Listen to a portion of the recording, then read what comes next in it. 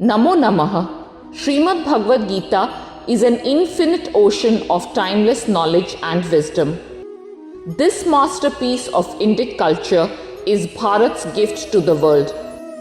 For this video, we have curated 21 important shlokas of this divine song and endeavored to present their meanings in simple terms. We invoke the Parabrahma, the Supreme Being, with the 18th verse of chapter 11 that is attributed to Parth. You are imperishable and worthy of being known. You are the ultimate abode for this universe, and you are the immutable protector of the eternal Dharma. You are the eternal ancient Purush. What is Atma, or the Self? What is death? Chapter 2, verse 20. This Atma is not born, nor does it die. After having been, there will be no time when it will cease to be. It will always be there. This Atma is unborn, eternal, changeless and ancient. It is not killed when the body is killed. Chapter 2, verse 23. This Atma cannot be shattered by weapons. It cannot be burnt by fires. It cannot be drenched by water. And it cannot be rendered dry by winds. Chapter 6, verse 5. One should raise oneself by one's Atma alone. One should not lower oneself, for the Atma alone is one's friend, and the Atma alone is one's enemy. Chapter 2, verse 22. Just as human beings shed their old and worn out garments and don new attire, the Atma sheds old and worn out bodies to don new bodies. Chapter 2, verse 27. One who is born will certainly die, and one who dies will certainly be reborn. Therefore, you should not grieve over that which is inevitable. What is the secret of karma or action? Chapter 2, verse 47. You only have the right to perform actions or karma. You do not have the right to the fruits of your karma. Do not become a person who constantly gets attached to the results of one's karma.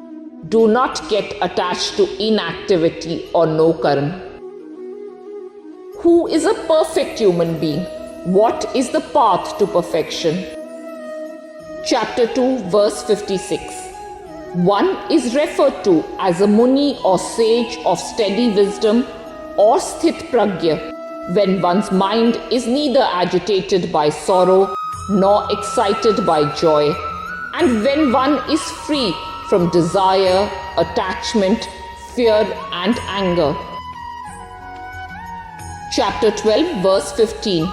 The one by whom the world and all beings in it are not agitated. The one who is not agitated by the world. The one who is free from joy, envy, fear and anxiety is dear to me. Chapter 6, verse 35. The mind is undoubtedly restless and difficult to control. However, it can be restrained through practice and detachment. Chapter 16, verse 21. Lust, anger and greed are the three gateways to hell. One should abandon these three demonic tendencies as they lead to the destruction of the Atma or Self. Chapter 6, verse 17. That yoga which destroys all sorrows, that is, removes all bondages, is successfully practiced by the one who is temperate in eating and moderate in movements and recreation, temperate in action and temperate in sleep and wakefulness. What is equality? Chapter 5, verse 18. The wise view a learned and humble Brahman, a cow, an elephant, a dog, And even someone who eats a dog, that is a spiritually ignorant or tamasic being equally. They behold the divine in all living beings. Chapter 6, verse 29.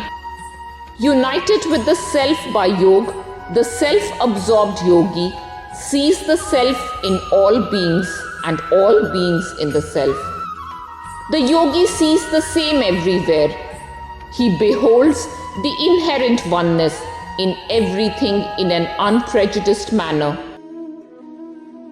How can one practice tap or austerity? Chapter 17, verse 14.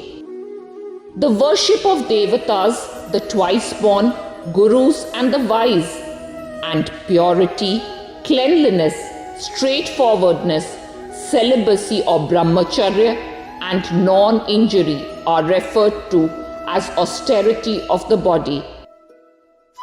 Chapter 17, verse 15. That speech which does not cause excitement or hurts others, and which is truthful, pleasant and beneficial, is referred to as austere speech. Austerity of speech also includes the sustained study of sacred texts or swadhyaya.